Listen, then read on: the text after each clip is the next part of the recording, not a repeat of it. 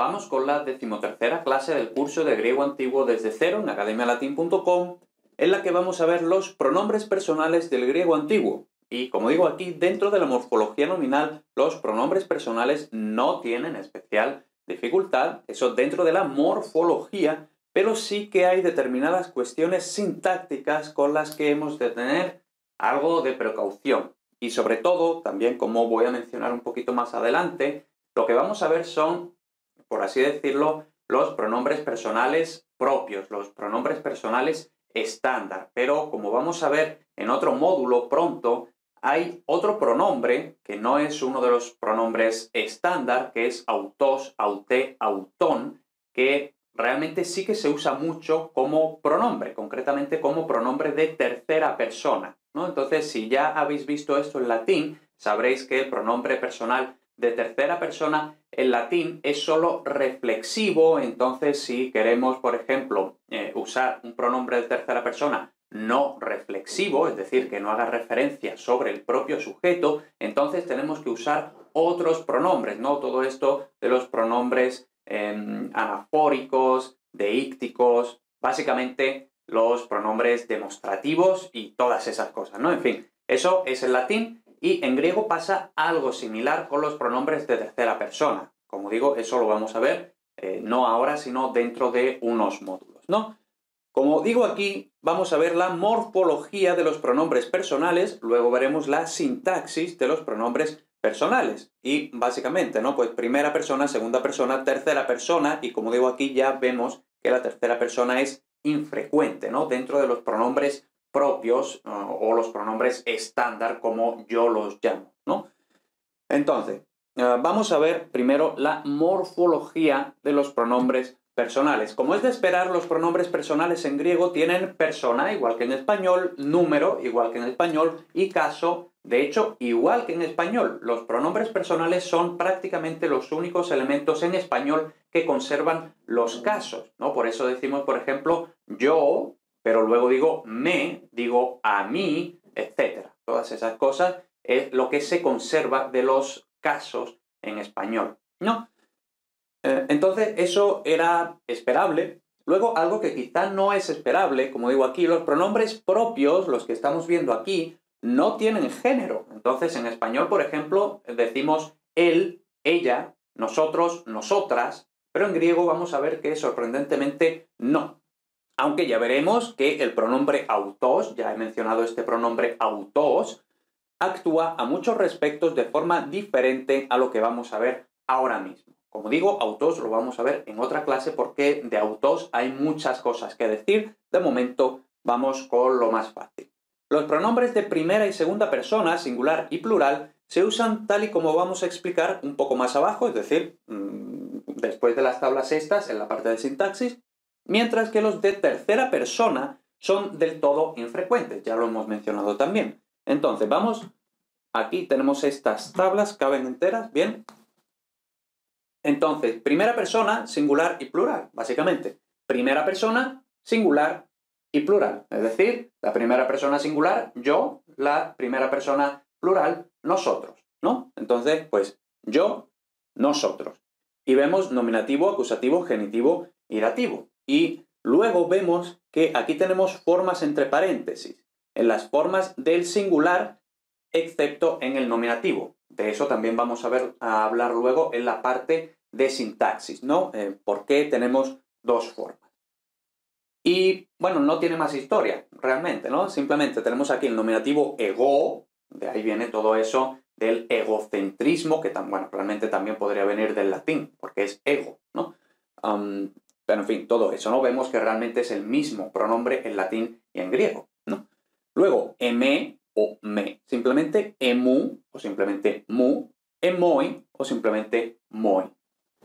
Y luego tenemos el plural, es decir, nosotros, y por supuesto también nosotras, ya hemos dicho que no hay diferencia de género en griego, y tenemos geméis, gemás, gemón, gemín. Y vemos que más o menos nos debería recordar a la morfología de los sustantivos. Así que realmente no tiene mucha más historia, ¿no? Geméis, gemás, gemón, gemín. ¿Vale? Sin dificultad. Luego la segunda persona, singular y plural. Otra vez lo mismo, ¿no? Tenemos tú y luego tenemos vosotros, ¿no? Entonces, y vemos que la distribución es la misma. Solo estas formas, es decir, el singular excepto el nominativo, tiene pronombre tónico y pronombre átono, y luego todo el plural solo tiene tónico, ¿no? Entonces, sí, sé o sé sin acento, su o su sin acento, soy o soy sin acento. Y luego, himéis, himás, himón, himín. Vemos que realmente es exactamente igual, lo único que cambia es la primera vocal, ¿no? Y luego, por último, la tercera persona, singular y plural, infrecuente. Y aquí hago mucho énfasis en esto de infrecuente porque, bueno, estos salen dentro de que, como vamos a ver, los pronombres no se usan mucho en griego, igual que en español no se usan mucho. Ahora lo vamos a ver. Pero esto es que prácticamente no sale casi nunca, ¿no? Entonces, tenemos aquí, el nominativo no existe, del singular. Luego, acusativo, he, hu, hoi, ¿vale? Y luego, sfeis, sfas, sfon, sfising. Es decir, sfisi o sfising con la ni efelcística de la que ya hemos hablado varias veces. Y aquí una pequeña advertencia, porque vemos que aquí tengo esto en negritas, fisi, y luego la ni efelcística, que como habíamos dicho, es opcional. Mientras que aquí y aquí, eso no es ni efelcística, esa aparece siempre, no se puede quitar, ¿vale? Solo aquí. En cualquier caso, como digo, esto es que prácticamente ni siquiera lo tenemos que tener en cuenta porque es que no sale, o sale muy poco, ¿no? Entonces, pues nada. Luego, con eso terminamos la morfología. Ahora vamos con la sintaxis, que es quizá, porque la morfología es simplemente estudiarse las tablas y ya está. La sintaxis es un poquito lo que sí es más de entender, ¿no? Entonces, la sintaxis de los pronombres. Los pronombres personales tienen el rasgo de persona, por eso son pronombres personales, ¿no? Primera, segunda y tercera persona, por supuesto, luego singular y plural. Y también podría ser dual, pero ya hemos dicho que dual no lo estamos viendo en este curso. Entonces, el rasgo de persona es una categoría deíctica. Ahora, ¿qué es la deixis? La deixis es la localización e identificación de aquello de lo que se habla o a lo que se alude en relación con el contexto espacio-temporal. Vale, entonces, ¿eso qué significa? Bueno, primero, se supone que en lengua española os han tenido que hablar de la deixis. Y normalmente supongo que con ese mismo nombre, ¿no? Deíctico, que es el adjetivo, deixis, que es el sustantivo. Básicamente, esto lo que hace referencia es que la deixis es algo que, por así decirlo, todas las cosas que cambian según la perspectiva, ¿no? Entonces, por ejemplo, si yo soy yo, lógicamente, y tú eres tú, pero si yo estoy hablando, pues yo conjugo el verbo en primera persona porque estoy hablando de mí. Y si hablo de ti, uso el verbo en segunda persona. Pero si ahora cambiamos y tú hablas, entonces tú lo haces al revés, ¿no? O lo mismo, por ejemplo, si yo digo, yo estoy aquí, bueno, aquí es aquí donde yo estoy, pero para ti eso quizá es ahí o allí, ¿no? Porque depende del, ¿dónde está? El contexto espacio-temporal, ¿vale? Entonces, todo eso es las cuestiones de deixis. En cualquier caso, eso no nos interesa muchísimo de momento. Luego, pues, haremos más hincapié en todas estas cuestiones cuando llegue el momento, pero de momento que lo tengamos en cuenta y que sepamos más o menos qué es esto de la deixis, ¿vale? Básicamente que las cosas cuando cambian según el contexto espacio-temporal, o lo típico de el cartel que dice vuelvo en 5 minutos. Bueno, 5 minutos ¿desde hace cuánto? ¿No? Porque si el cartel lleva ahí 1 hora, pues no eran 5 minutos, ¿no? Entonces, todas esas cosas que cambian según el contexto espacio-temporal. Luego, vamos a hablar de los pronombres de sujeto. Al igual que en español y en latín, en griego no es obligatorio expresar el sujeto. Sabemos que, por ejemplo, en inglés o en francés o en alemán, el sujeto siempre hay que expresarlo, porque el verbo no, o prácticamente no marca qué persona es el sujeto. En cambio, en español, en latín, en griego, la desinencia del verbo marca perfectamente cuál es el sujeto, ¿no? Eso es, esa información va implícita en la desinencia verbal. Esto quiere decir que si se opta por expresar el sujeto con un pronombre, se está marcando énfasis. Y este énfasis se puede reforzar más con la partícula enclítica ge. Por ejemplo, egoge. Ego es el pronombre que acabamos de explicar un poquito más arriba, yo. Entonces, egoge es un énfasis, ¿no? Yo, así, haciendo así, ¿no? Entonces, por ejemplo, bueno, aquí hay en los ejemplos hay cosas que no hemos visto, entonces lo vamos a ver directamente en español para que lo podamos entender bien, ¿vale? Entonces, también tú participaste, tú, sí, ¿no? También tú participaste de ese esfuerzo. Entonces, vemos aquí que se está marcando el sujeto con un pronombre y precisamente para hacer énfasis, ¿no? Como también tú, es decir, hemos estado contando una historia, no sé qué, no sé cuánto, y estábamos hablando, por ejemplo, de nosotros. Y ahora decimos, también tú, ¿no? Énfasis. O contraste. Tú quédate aquí y recibe a tú quédate aquí y recibe a que yo me voy, ¿no? Entonces vemos el contraste entre los dos sujetos. Además que, por supuesto, el contraste también está marcado con este men y este de, ¿no? Que habíamos dicho que men, de se usa mucho para marcar el contraste, ¿no? Pero, como vemos aquí, tú quédate aquí, es decir, tú haces una cosa y yo hago otra cosa, ¿no? Entonces, contraste entre dos sujetos diferentes, ¿no? Entonces, estas son énfasis o contraste, son principalmente las dos razones por las que en griego suele aparecer el sujeto con un pronombre. Vamos, de hecho, normalmente va a ser un contraste, ¿no? De hecho, muchas veces cuando estamos haciendo frases, textos más largos, ¿no?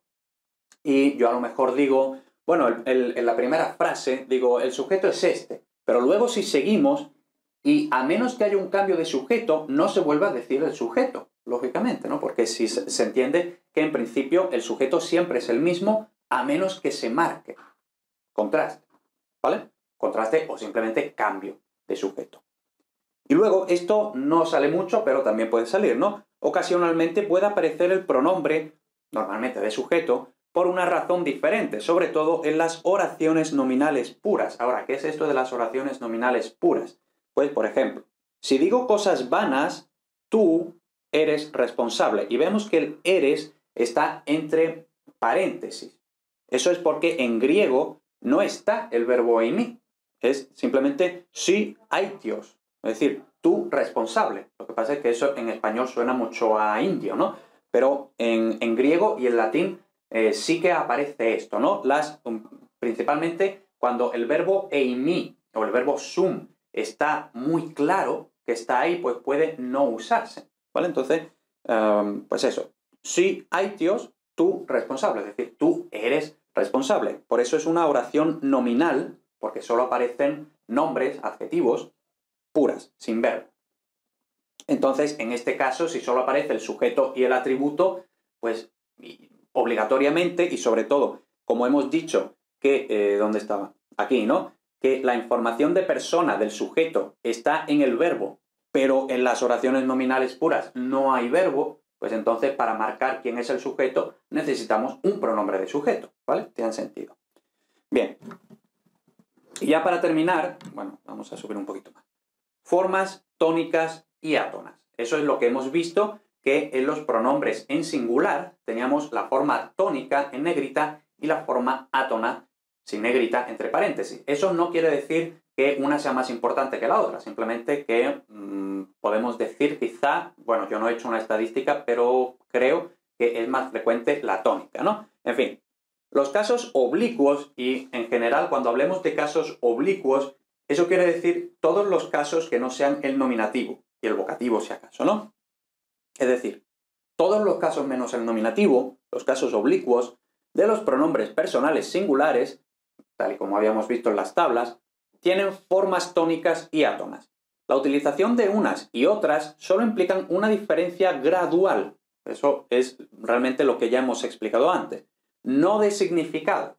Es decir, no hay que si, por ejemplo, si se usa el pronombre tónico o el pronombre átono, el significado es distinto. No, simplemente es una diferencia gradual, según lo que hemos dicho antes de el énfasis, contraste, todas esas cosas. Como consecuencia indirecta de esto, las formas tónicas solo suelen aparecer al principio de la frase y las átonas en el resto de posiciones. Y vemos que esto lo pongo entre paréntesis porque, bueno, nosotros simplemente tenemos que leer lo que está escrito, no tenemos que escribir, entonces pues realmente esto no nos importa mucho, ¿vale? Precisamente el nominativo no tiene formas átonas, ya que para marcar ausencia de énfasis basta con simplemente no poner el pronombre de sujeto. Eso es también lo que hemos estado comentando ya, ¿no? Entonces vemos que todas estas cosas están interrelacionadas entre sí, lógicamente, por otra parte. Y ahora, de todo esto, realmente la conclusión útil, ¿vale? La distribución es decir, ¿con qué nos tenemos que quedar realmente de esto que estoy explicando de los pronombres tónicos y átonos? La distribución de los pronombres tónicos o átonos, o aparición o no del pronombre, no es necesariamente la misma que en español. Y esto cuidado, porque muchas veces a lo mejor nos obsesionamos con que si en griego aparece un pronombre átono, nosotros tenemos que usar un pronombre átono en español, o si aparece tónico en griego, tenemos que usar un pronombre tónico en español. Bueno, no, cada lengua tiene sus propias reglas. Es simplemente, vamos a decir, casualidad que tanto en griego como en español haya pronombres tónicos y átonos. Pero la utilización de tónico o átono en griego no tiene que coincidir con la de tónico átono en español. Entonces, lógicamente nosotros al traducir al español hemos de respetar las reglas básicas de los pronombres españoles, porque ahora estamos componiendo un texto en español, entonces usamos las reglas españolas, ¿vale? Simplemente eso.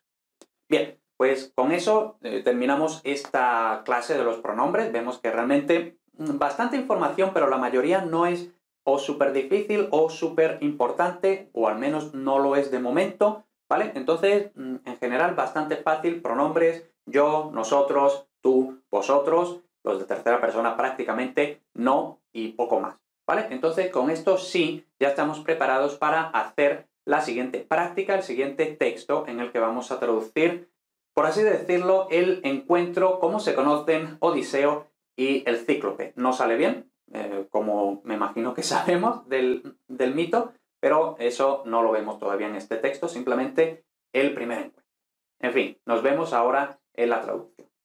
Muchas gracias por ver este vídeo, por ver esta clase, por ver esta lección. Espero que te haya servido, espero que hayas aprendido, espero que hayas entendido todo esto que hemos estado explicando, practicando, etc. Lo que acabas de ver es un contenido gratuito del curso completo de griego antiguo desde cero en academialatin.com. Si vas a academialatin.com/griego antiguo, tienes el curso con todas las lecciones publicadas, con todas las traducciones publicadas, desde, como digo, cero hasta el nivel de bachillerato, selectividad y todo eso. Así pues, no me enrollo más. Si necesitas un poquito más para seguir aprendiendo a probar griego, entonces ya sabes, lo tuyo es academialatin.com/griego antiguo.